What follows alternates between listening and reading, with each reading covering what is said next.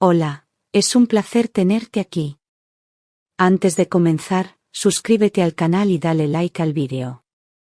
La risa se apagó en mis labios cuando vi el vestido de novia colgado en el espejo, reflejando no solo mi imagen emocionada, sino también el sueño que había tejido durante meses con cada detalle de esa boda que creía perfecta. Cada flor, cada invitación, cada ensayo de vals era una promesa de amor eterno junto a Marcos, el hombre que me había jurado que nada ni nadie rompería lo nuestro. Me veía a su lado envejeciendo, formando una familia, compartiendo desayunos con hijos que aún no teníamos, creyendo con inocencia que esa historia que construíamos estaba limpia de sombras. Había cerrado los ojos a cualquier duda, había apostado mi corazón entero sin condiciones, convencida de que el amor verdadero era suficiente. Pero esa mañana, mientras probaba por última vez el vestido blanco, no sabía que toda esa ilusión empezaría a resquebrajarse con una sola pregunta sin respuesta. Fue durante una cena cualquiera, en medio de una conversación inocente sobre la ceremonia, cuando le pregunté si su madre querría llevar algún tipo de mantilla tradicional. Marcos se tensó al instante, bajó la mirada y se limitó a responder con un encogimiento de hombros tan ajeno que me dejó helada. Me reí para quitarle peso al momento, pero su silencio siguió colgado entre nosotros como una sombra que no supe interpretar. Pensé que tal vez había tenido una discusión familiar o que no quería hablar del tema en ese momento. Pero algo en sus ojos se cerró de golpe, como si hubiera dicho sin querer una palabra prohibida. Desde entonces, cada vez que mencionaba a sus padres, él esquivaba el tema con una destreza que empezó a dolerme. Decía que estaban muy ocupados, que vivían lejos, que no eran personas de mucho trato social, como si todas las respuestas estuvieran preparadas de antemano. Nunca decía sus nombres, nunca mostraba fotos, y lo más alarmante, jamás mencionaba un solo recuerdo feliz con ellos. Era como si su familia fuese una habitación cerrada con llave, donde yo no tenía permitido entrar. Y cuanto más insistía, más se alejaba de mí en silencio. Una noche, mientras terminábamos de cenar en casa, le volví a preguntar si había forma de incluir a sus padres, aunque fuera simbólicamente, en la ceremonia. Marcos dejó los cubiertos sobre la mesa con un golpe seco y, sin mirarme, dijo con voz firme: «No estarán en nuestra boda, no insistas». Me quedé paralizada, no por la respuesta, sino por la frialdad con que la soltó, como si hablara de completos desconocidos. Intenté preguntar el porqué, pero él se levantó de la mesa y se encerró en el despacho. Ese portazo fue el primer grito sin voz que me rompió por dentro. Esa noche me quedé sentada frente a los restos de la cena, sin mover un músculo, mirando la silla vacía como si aún pudiera encontrar en ella una explicación.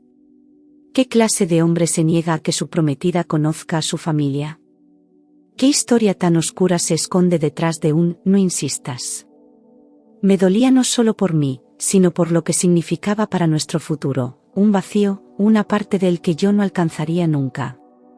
La boda seguía adelante, pero en mi corazón se había abierto una grieta invisible.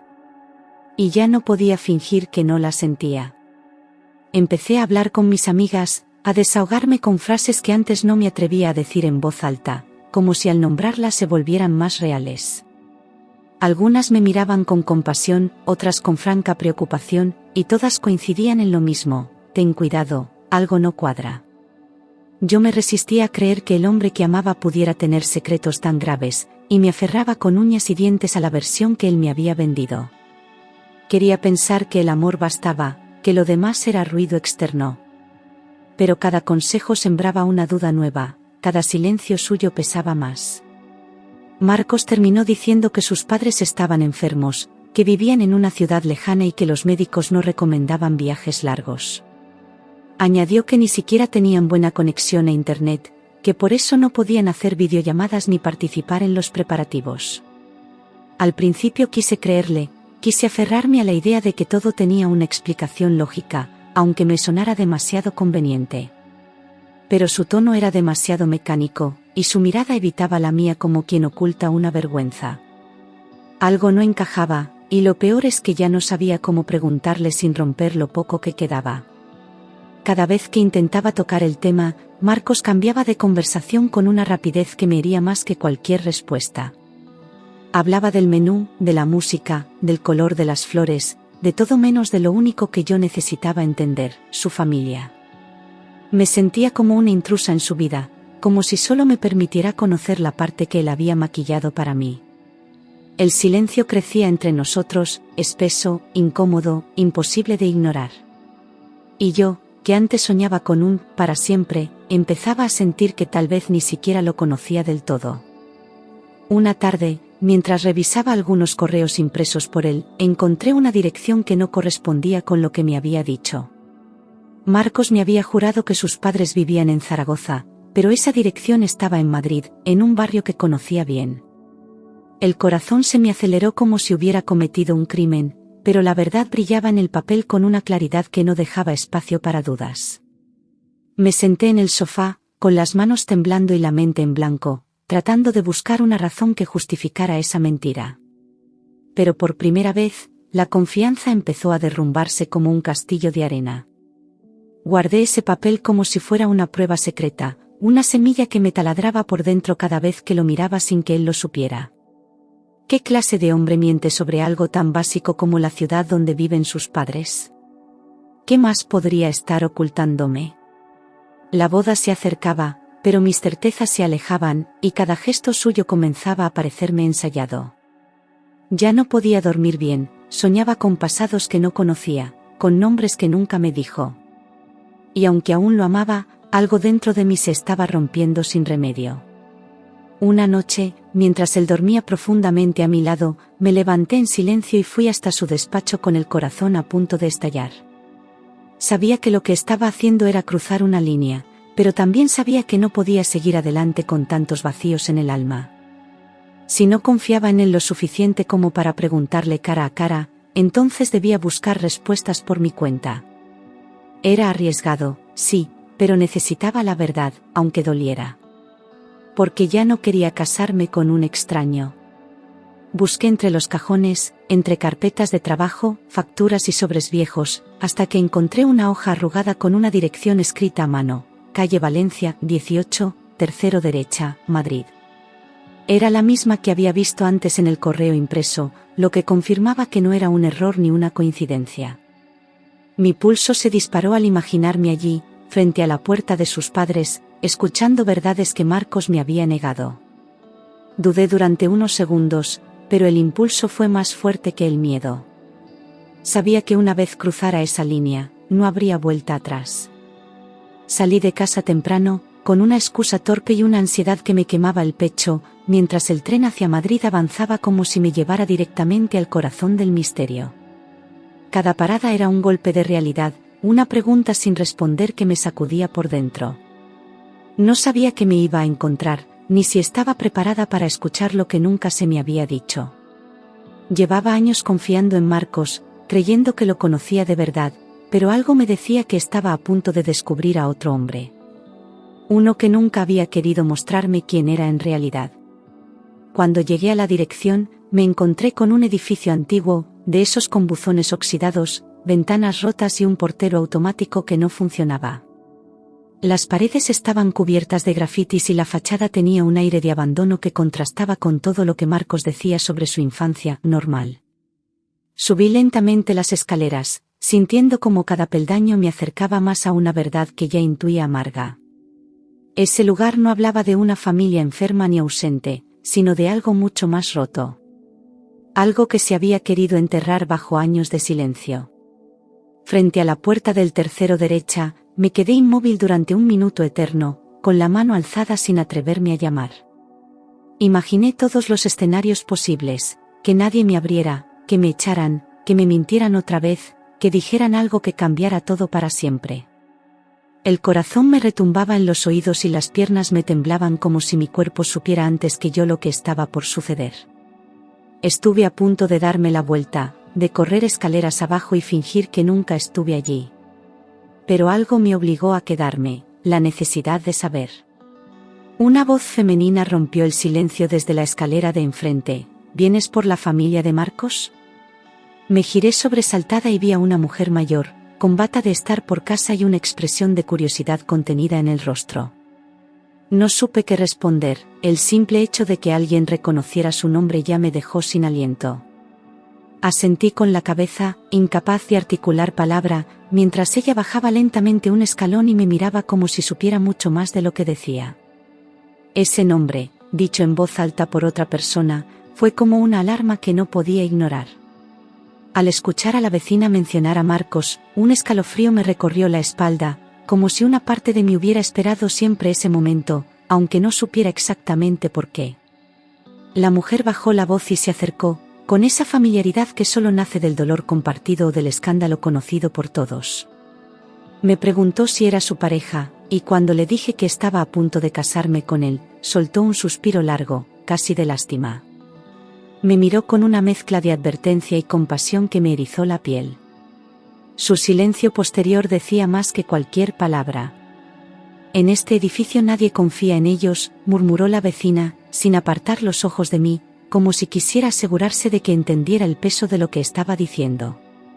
Me habló de discusiones constantes, de gritos en la madrugada, de visitas de la policía y rumores de estafas y deudas impagadas. Yo escuchaba en silencio, con la garganta cerrada, sintiendo que cada frase derribaba un poco más la imagen que tenía del hombre al que amaba. Ya no era solo una mentira aislada, era una historia entera escondida. Y yo estaba justo en el centro de ella, sin haberlo sospechado. La vecina continuó, casi como si llevara años esperando a que alguien viniera a escucharla, contando cómo los padres de Marcos habían tenido problemas con todos los vecinos del bloque. Mencionó peleas por dinero, acusaciones de robos menores, deudas con prestamistas, e incluso amenazas cruzadas. No sabía qué parte era cierta y cuál exagerada, pero la insistencia de la mujer y su tono sincero me helaron el alma. No era una familia discreta o distante, era una familia rota, con un pasado que él había intentado borrar.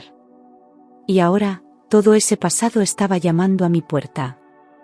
De pronto, mientras la vecina seguía hablando, la puerta del piso se abrió de golpe con un estruendo que me hizo dar un salto hacia atrás. Un hombre apareció en el umbral, alto, demacrado, con la ropa desordenada y una mirada vidriosa que no dejaba lugar a dudas. Sabía perfectamente quién era yo. Nos observó con un gesto entre la furia y el desprecio, como si mi sola presencia fuera una ofensa. No dijo ni una palabra al principio, solo se apoyó en el marco de la puerta, respirando con dificultad. Y yo, paralizada, comprendí que aquel era el padre de Marcos. Tenía las manos temblorosas, la barba descuidada y una mirada dura que hablaba de años de rabia contenida y alcohol barato. «¿Así que tú eres la ingenua que va a casarse con mi hijo?», soltó con una risa amarga que me perforó el pecho. Sentí que el mundo se detenía, que todo lo que creía saber se desmoronaba frente a mí, sin compasión. El hombre no ocultaba su desprecio, como si llevara mucho tiempo esperando vengarse de su propio hijo a través de mí. Y en sus ojos rotos vi algo que me hizo temblar, odio, puro y seco. Nada más dar un paso hacia el interior, me golpeó un olor espeso, penetrante, mezcla de tabaco rancio, licor barato y algo más que no supe identificar, pero que hablaba de abandono.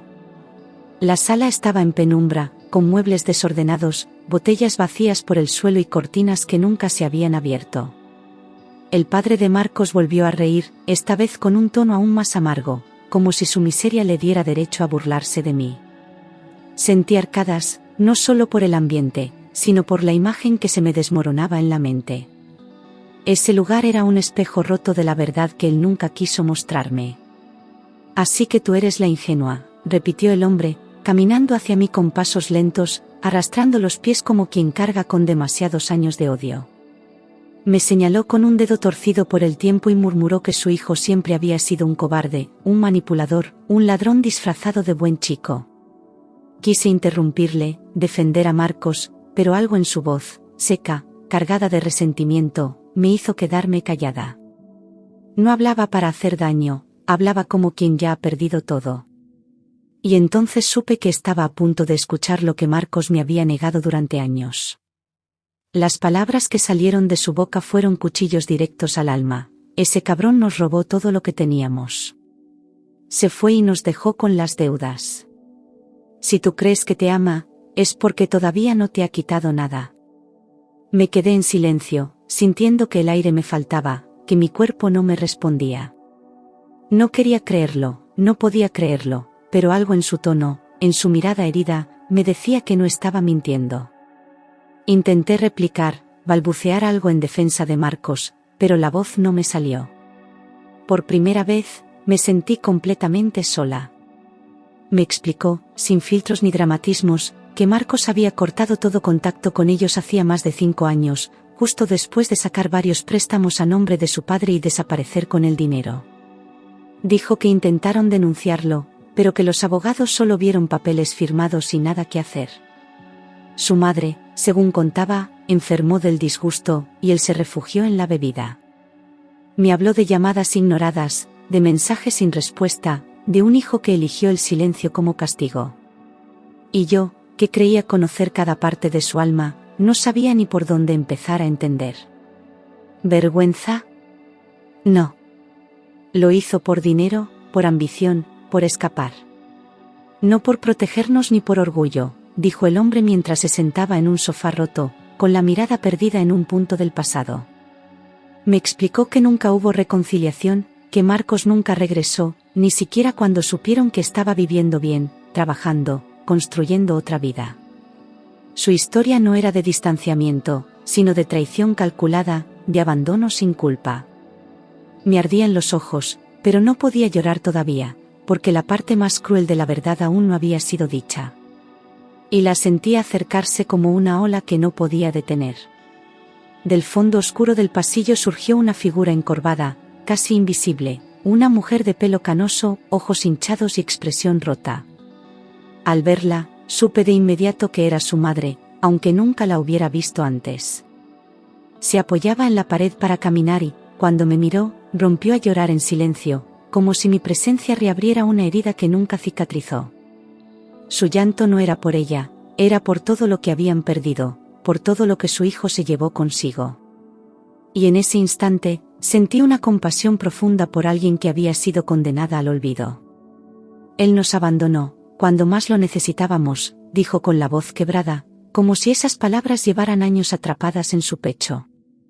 Me contó que habían confiado en él ciegamente, que pusieron su nombre en papeles porque pensaban que era su oportunidad para empezar de nuevo. Pero Marcos los usó, los exprimió, y luego desapareció, dejando promesas rotas y un silencio que se volvió una cárcel. Me hablaba sin odio, con una tristeza tan honda que dolía solo mirarla. Y yo sentía que cada frase suya era una piedra más sobre el cadáver de mi ilusión. Ambos me aseguraron que él les robó, que dejó la cuenta vacía, que hipotecó el piso y los dejó al borde del desahucio. Me mostraron cartas, recibos, extractos bancarios, nombres que coincidían, fechas que cuadraban con los años en los que yo empezaba a salir con él. Todo encajaba de forma tan brutal que me costaba creer que hubiera vivido tanto tiempo junto a un hombre capaz de algo así. La versión de Marcos se desmoronaba sin posibilidad de defensa. Y dentro de mí, empezaba a crecer un asco que nunca había sentido hacia nadie. No pude evitar gritar que estaban mintiendo, que mi Marcos no podía ser ese hombre del que hablaban, que todo eso tenía que tener una explicación. Pero mis palabras sonaban huecas incluso para mí, como si intentara agarrarme a una mentira sabiendo que ya no podía sostenerla. La madre me miró con una mezcla de ternura y compasión, como quien ve a alguien cayendo y sabe que no puede detener su caída. El padre solo negó con la cabeza, encendió un cigarro y se encerró de nuevo en su mundo. Y yo me quedé temblando en medio de un pasado que no era mío, pero que ahora me pertenecía. Fue entonces cuando la madre, casi como un acto final, sacó una carpeta del armario y me la puso en las manos. Llévate esto. Léelo. Haz con ello lo que quieras, pero no digas que no sabías, dijo con una voz apagada por el dolor. Dentro había copias de préstamos, firmas, extractos con el nombre completo de Marcos estampado en tinta negra. No necesitaba un perito para saber que eran reales, la letra, las fechas, las cantidades, todo coincidía. Y ese paquete de papeles me pesó más que cualquier anillo de compromiso. Abrí la carpeta con manos temblorosas y, al ver su firma repetida en cada documento, sentí cómo se deshacía por completo la versión del hombre que yo creía amar. Era su letra, inconfundible, la misma con la que me escribía notas en la nevera o firmaba tarjetas de cumpleaños. No había manera de justificarlo, de pensar que lo habían falsificado o que se trataba de un error. Él había firmado esos préstamos, él había arruinado a sus padres y luego me lo había ocultado todo con una sonrisa. La verdad no dejaba espacio para el amor. Salí corriendo de ese piso con los papeles apretados contra el pecho, sin mirar atrás, con las lágrimas ardiéndome en los ojos y una rabia que no sabía dónde colocar. Caminé sin rumbo por las calles, sintiéndome una tonta, una estúpida que había construido castillos sobre mentiras. Me dolía el pecho, como si algo dentro de mí se estuviera rompiendo en 1000 pedazos y no pudiera detenerlo. ¿Cómo pudo mentirme tanto, tan bien, durante tanto tiempo? La ciudad me parecía de repente un lugar frío, como si todo hubiese perdido su color. Cuando volví a casa, él estaba en el sofá, despreocupado, viendo la televisión, como si nada hubiese pasado, como si yo no hubiera estado cara a cara con su pasado podrido. Cerré la puerta con fuerza, y sin dejarle hablar, le lancé una sola pregunta que llevaba fuego dentro: ¿qué has hecho? Su rostro cambió al instante, su expresión se tensó, y por primera vez vi miedo en sus ojos. Intentó sonreír, fingir que no entendía, pero yo ya no era la misma de antes. Ya no tenía miedo a la respuesta, tenía miedo a seguir ignorándola. Al ver que no retrocedía, explotó. Se puso de pie, gritó que no debía meterme en lo que no entendía, que sus padres eran unos parásitos que se merecían lo que les pasó. Su voz retumbaba por las paredes, llena de una furia que nunca antes me había mostrado, como si su máscara se rompiera de golpe. Me llamó entrometida, me acusó de haber invadido su privacidad, de no respetarle. Y yo, en medio de su rabia, supe con certeza que todo lo que me habían dicho era verdad. Porque nadie miente así cuando es inocente. Después del grito vino el silencio, y en ese vacío, confesó entre dientes que sí, que había tomado ese dinero, pero que fue por necesidad, que estaba desesperado, que sus padres nunca le habían apoyado. Me lanzó la versión de víctima que tantas veces perfeccionó, intentando hacerme creer que todo fue una reacción al abandono. Dijo que no tenía opción, que era joven, que no pensaba, que luego quiso arreglarlo pero ya era tarde. Cada palabra me dolía más, no por lo que decía, sino por todo lo que aún seguía ocultando. Ya no podía creerle. Insistí, lo presioné, y al final la verdad salió como veneno. El dinero no fue para sobrevivir ni para empezar una nueva vida, fue para pagar apuestas, deudas con gente peligrosa. Me miró con los ojos bajos, derrotado, sabiendo que ya no quedaba nada que salvar. Yo me llevé las manos a la boca, ahogando un grito, sintiendo que ese hombre frente a mí no era el mismo que un día me hizo soñar con una familia. Había perdido todo por su adicción, por su cobardía, por no enfrentar sus errores. Y ahora, quería arrastrarme con él. Me senté en la cama con el vestido de novia aún colgado en el armario, mirándolo como si fuera un traje de otra vida, de otra mujer que ya no existía. Dudaba si debía cancelar todo o seguir adelante como si nada, como si el amor pudiese tapar la podredumbre. Pensaba en los invitados, en el salón reservado, en mi familia, en el escándalo. Pero luego pensaba en mí, en mi dignidad, en el dolor de casarme con alguien a quien ya no podía respetar. Y en ese momento, supe que estaba frente a una elección que marcaría mi vida. Esa noche no dormí. Me tumbé en la cama, sin lágrimas ya, repasando cada gesto, cada frase, cada mentira disfrazada de ternura que me había tragado sin cuestionar. Me dolía el alma, como si me hubieran arrancado algo que nunca voy a recuperar. Él dormía en el sofá, o fingía hacerlo, mientras yo enfrentaba en silencio el derrumbe de todos mis planes. No era solo una boda cancelada, era una vida entera que se quebraba en un suspiro. Y ahí, entre las sombras, empecé a despedirme de lo que nunca fue real. Al día siguiente, temprano, alguien llamó a la puerta. Era ella, su madre, con los ojos hinchados, el rostro pálido y una expresión de urgencia que no necesitaba palabras.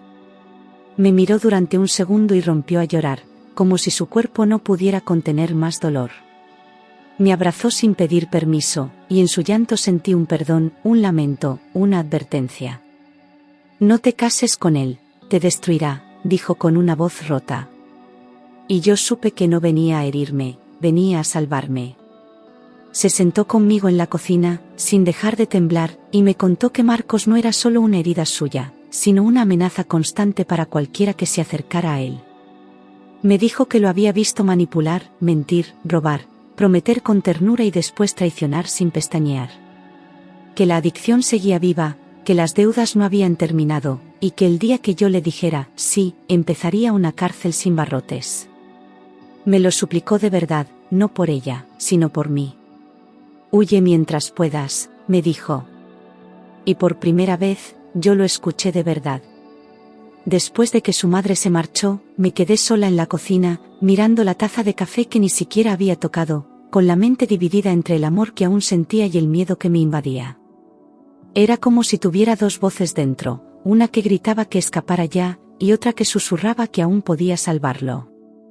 Me preguntaba si el amor era suficiente, si merecía una última oportunidad.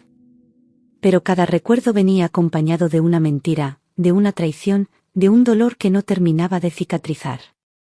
Y ya no sabía si seguía luchando por él o por la imagen que me construí de él. Al anochecer, sin decir una sola palabra, fui hasta la cómoda del dormitorio, saqué el anillo de compromiso y lo dejé sobre la mesa del salón, justo frente a él. Marcos me miró con incredulidad, como si no comprendiera que el final estaba ocurriendo delante de sus ojos. No lloré, no grité, no pedí explicaciones, solo lo miré con la tristeza de quien ya ha perdido la fe. Fue el gesto más doloroso de mi vida, pero también el más necesario. Porque a veces, amar también significa saber irse a tiempo. Marcos se levantó de golpe, tiró la silla al suelo y lanzó el anillo contra la pared con tanta fuerza que rebotó hasta mis pies. Gritó que yo era una traidora, que me había dejado envenenar por sus padres, que no entendía nada. Su rostro se deformó por la rabia, como si mi rechazo hubiera activado lo peor de él, lo que siempre había estado escondido. Por un momento, sentí miedo de lo que pudiera hacerme. Ese no era un hombre herido por amor, era un hombre furioso por perder el control. Me miró con los ojos enrojecidos y dijo, casi susurrando, que si rompía la boda, me arrepentiría. No lo dijo gritando, no lo dijo llorando, lo dijo con una calma que me heló la sangre. Era una amenaza disfrazada de advertencia, como si quisiera dejar claro que él no iba a dejar que me alejara tan fácilmente. Me quedé paralizada unos segundos, intentando procesar lo que acababa de escuchar. Y entonces supe que no solo debía dejarle, debía desaparecer de su vida. Esa misma noche, hice una maleta con lo imprescindible y me fui a casa de mi hermana, sin avisar a nadie, sin mirar atrás. Temblaba, no por el frío, sino por la sensación de estar escapando de alguien que ya no conocía. No quise contestar sus llamadas, ni sus mensajes, ni leer lo que pudiera enviarme. Cerré la puerta de la habitación y me acurruqué en la cama, intentando respirar sin llorar. Por primera vez en mucho tiempo, me sentía a salvo, pero no libre. Pasaron los días, pero su sombra no desapareció. Lo vi aparcado frente al edificio, dentro de su coche, con las luces apagadas, observando desde lejos. A veces subía al portal y dejaba notas bajo la puerta, con frases que no sabía si eran súplicas o amenazas disfrazadas de amor. Mi hermana me pidió que lo denunciara, pero yo aún no podía dar ese paso, aún me costaba aceptar que necesitaba protección de quien me había prometido cuidarme. Vivía con el corazón en vilo, sin saber cuál sería su próximo movimiento. Y el miedo crecía. Una noche, cuando todo parecía calmarse, su madre me llamó desde un número desconocido. Su voz sonaba agitada, entre lágrimas, diciendo que Marcos había tenido un accidente. Me quedé helada, sin saber si debía correr al hospital o colgar de inmediato. Ella me rogó que fuera, que él estaba mal, que quizás quería verme. La contradicción fue brutal, el mismo hombre del que huía ahora estaba herido, vulnerable. Y algo dentro de mí, no sé si por costumbre o por amor, me hizo salir sin pensarlo. Cuando llegué al hospital, me explicaron que había tenido un choque fuerte contra una farola, tras perder el control del coche en una curva. Iba solo, borracho, sin cinturón, y milagrosamente había sobrevivido con algunas fracturas. Lo encontré en una sala blanca, conectado a suero, con los ojos abiertos y esa mirada que ya no sabía si era odio o rencor. No me dijo gracias, no me preguntó por qué fui. Solo murmuró que todo era culpa mía, de mis dudas, de mi traición. Y en ese momento entendí que nada había cambiado. El frío del hospital no venía del aire acondicionado, sino de la distancia irrecuperable que ya nos separaba. Me senté a su lado, sin tocarle, sin hablarle, solo observándole con la sensación de haber amado a un desconocido. Él me miró con desprecio, como si mi presencia le humillara en lugar de reconfortarle. No había ni una chispa de ternura, ni un gesto de arrepentimiento. Y yo supe que mi presencia allí no servía de nada. Que ya no quedaba nadie por salvar. Antes de que me marchara, me lanzó una última frase cargada de veneno: todo esto es culpa de mis padres, y tuya por darles la razón. Incluso desde la cama de un hospital, con huesos rotos y la vida pendiendo de un hilo, seguía negando su responsabilidad. No pidió perdón, no confesó más verdades, solo buscó a quien culpar. Me levanté, sin rabia, sin dolor, solo con un vacío inmenso en el pecho. Y en la puerta, al girarme por última vez, supe que ya no volvería a verle igual nunca más. Salí del hospital sin mirar atrás, con la certeza dolorosa de que no podía salvar a alguien que no quería cambiar. Había entregado todo: amor, paciencia, confianza, incluso mi dignidad, y él lo había aplastado bajo sus mentiras. Me dolía reconocerlo, pero Marcos estaba perdido, no por un accidente, sino por años de decisiones egoístas. Quererle ya no era suficiente, seguir con él era una condena. Y por primera vez, elegí salvarme a mí misma. Llamé al salón de eventos, al florista, al fotógrafo, a cada invitado, uno por uno, con la voz firme y el corazón encogido. Expliqué lo necesario, sin dar detalles, solo diciendo que la boda no se celebraría. Algunos no entendieron, otros preguntaron, pero nadie necesitaba saberlo todo. Lo importante era que ya no habría vestido blanco, ni votos, ni promesas vacías. Solo quedaba el eco de un sí, que jamás iba a pronunciar. Las noticias corrieron rápido, que si lo había dejado plantado, que si había descubierto una infidelidad, que si estaba loca. Recibí miradas inquisitivas, comentarios maliciosos, mensajes disfrazados de preocupación que solo buscaban morbo. Nadie sabía la verdad, pero todos opinaban como si la supieran. Me sentí juzgada, expuesta, como si además del dolor tuviera que cargar con la vergüenza pública. Pero aún así, no me arrepentí. El primer día sin anillo, sin fecha de boda, sin él, fue extraño, pero respiré. Respiré como hacía tiempo no lo hacía, con los pulmones llenos y el pecho más liviano, como si el dolor diera paso al alivio. Aún dolía, claro, pero también sentía que algo dentro de mí se despertaba. Me miré al espejo y ya no vi una víctima, vi a una mujer que sobrevivió.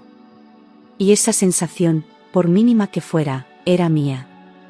Volví a mi trabajo, retomé proyectos abandonados, salí con amigas que había descuidado y recuperé espacios que ya no recordaba que me pertenecían. Redescubrí mi voz, mi risa, mi silencio sin miedo. Cada día dolía un poco menos, cada paso era una victoria secreta. No era fácil, pero era real. Y por fin, caminaba hacia adelante. A veces lo veía desde lejos, en una esquina, saliendo de una farmacia, sentado solo en un banco. Siempre con la mirada perdida, más delgado, más viejo, como si el tiempo le pesara distinto. Nunca se acercó, nunca volvió a buscarme de frente, pero su presencia seguía ahí, como un recuerdo que no terminaba de irse. Ya no me paralizaba, pero tampoco me dejaba indiferente. Era la prueba viviente de lo que escapé a tiempo. Nunca volví a verle con amor. Solo con una tristeza serena, con una compasión que no pedía explicaciones. No podía perdonarle, no por orgullo, sino porque el daño fue demasiado profundo, demasiado consciente.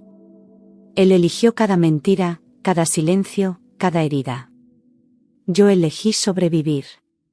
Y en esa distancia, cada uno quedó donde debía estar. Aprendí que el amor no basta, que sin verdad, la entrega se vuelve una trampa. Que a veces el enemigo duerme a tu lado, disfrazado de caricia, prometiéndote futuros que nunca llegarán. Aprendí a escuchar mi intuición, a no justificar lo injustificable, a no tapar el dolor con excusas. Fue una lección cruel, sí. Pero fue la que me salvó. Un día cualquiera, su madre volvió a aparecer, esta vez más tranquila, más fuerte, con una luz apagada pero firme en la mirada. Me dio las gracias. Dijo que no solo me había salvado a mí, sino que también le había abierto los ojos a ella. Que necesitaba que alguien le mostrara el fondo para poder subir a la superficie. Nos abrazamos, no como cómplices del dolor, sino como sobrevivientes. No lo dije en voz alta, pero lo sentí con cada latido. Nunca más volvería a cerrar los ojos ante una señal. Nunca más permitiría que el amor me cegara al punto de perderme a mí misma. Me prometí respetar mis intuiciones, mis límites, mi historia. No por miedo, sino por amor propio. Porque después de tanto, al fin entendí que quererme era mi única obligación. Un año después, me desperté con el sol entrando por la ventana, sin alarmas, sin sobresaltos, sin nadie a mi lado que me apagara la luz del alma. Preparé café, abrí las ventanas y puse música, sintiendo que por fin ese espacio era mío, sin miedo, sin sombras. Volví a escribir, a bailar por el pasillo, a mirar el futuro con ilusión. No necesitaba un nuevo amor, ni una redención externa, me bastaba conmigo. Porque entendí que a veces el verdadero final feliz es empezar sola, pero en paz. Encontré en un cajón una carta que había empezado a escribirle tras su accidente, llena de rabia, dolor y preguntas que ya no necesitaban respuesta. La leí una vez más, con la serenidad de quien ya no espera justicia, solo descanso. No la terminé, no la envié, la rompí en silencio. Porque entendí que cerrar una herida no requiere explicaciones, sino decisiones firmes. Y la mía ya estaba tomada. Me fui sola a Lisboa, ciudad que siempre soñé conocer pero que había postergado por amor. Caminé por sus calles sin mapas, me perdí entre azulejos, me reencontré en cada puesta de sol. Nadie me preguntó por mi pasado, nadie me juzgó por lo que no fue. Y en ese silencio nuevo, sin preguntas, me sentí por fin libre. Era mi vida, mi historia, mi segundo comienzo. En un curso de escritura conocí a Clara, una mujer fuerte, divertida y con heridas propias que llevaba con orgullo. Hablamos durante horas de todo y de nada, sin máscaras, sin miedo a rompernos. Ella no me salvó, pero me acompañó, y a veces eso es más valioso. Juntas reímos de nuestras tragedias pasadas como quien ya no les teme. Y por primera vez, me sentí acompañada sin condiciones. Volví a pasar por el barrio donde vivían sus padres, por pura casualidad, y los vi de lejos saliendo del portal. No me vieron, no los saludé, pero sus rostros ya no me producían dolor, sino un respeto silencioso. Entendí que todos fuimos víctimas de un mismo engaño, aunque de formas distintas. No necesitaba revivir nada con ellos. Solo agradecí, en silencio, por haberme contado la verdad. El vestido de novia seguía guardado en un rincón del armario, envuelto en su funda, esperando un destino que ya no le correspondía. Un domingo lo saqué, lo miré, y en vez de tristeza, sentí gratitud. No por lo que representaba, sino por todo lo que me enseñó. Lo doné a una organización que ayudaba a mujeres en situación de violencia. Que otra pudiera volver a soñar, aunque yo haya despertado. Un día lo vi, años después, cruzando una calle del centro, más envejecido, más solo, con los hombros caídos. Nuestros ojos se cruzaron por un segundo, pero ninguno se detuvo. No hubo palabras, ni reproches, ni necesidad de nada. Solo un cruce de caminos que ya no se tocan. Y en mi interior, sentí un alivio inmenso, ya no dolía. Mi sobrina me preguntó una tarde por qué nunca me casé. Le conté que una vez estuve a punto, pero elegí algo más importante, elegirme a mí misma. Sus ojos brillaron de admiración, como si hubiera descubierto que las princesas también saben decir no. Entendí que mi historia, con todo su dolor, podía sembrar fuerza en otras. Y esa fue mi victoria más grande. Durante mucho tiempo no hablé del tema, no porque me doliera, sino porque ya no ocupaba espacio en mi presente. Aprendí que no todo se supera hablando, algunas cosas se curan en el silencio. No necesitaba recordarlo para aprender. Solo necesitaba seguir caminando sin arrastrarlo. Y eso fue suficiente. Un día, sin buscarlo, alguien me sonrió distinto. No prometió nada, no pidió explicaciones, solo me ofreció calma. No sentí mariposas, sentí paz. Tal vez era amor, o tal vez era solo una señal de que estaba lista para sentir de nuevo. Esta vez, sin prisas, sin ceguera, con los ojos bien abiertos. Y con el corazón entero, pero mío.